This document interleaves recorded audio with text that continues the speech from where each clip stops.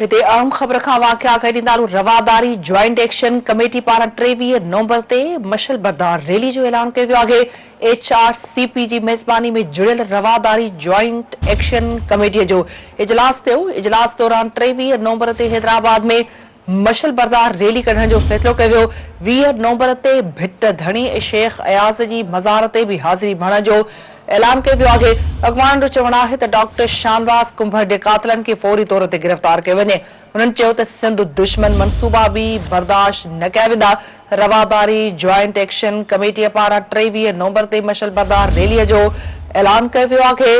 HRCP जी मेज़बानीअ में जुड़ियल रवादारी joint action कमेटीअ जो इजलास थियो। इजलास दौरान 23 नवंबर ते हैदराबाद में मशल बरदार रैली कढण जो फ़ैसिलो कयो वियो।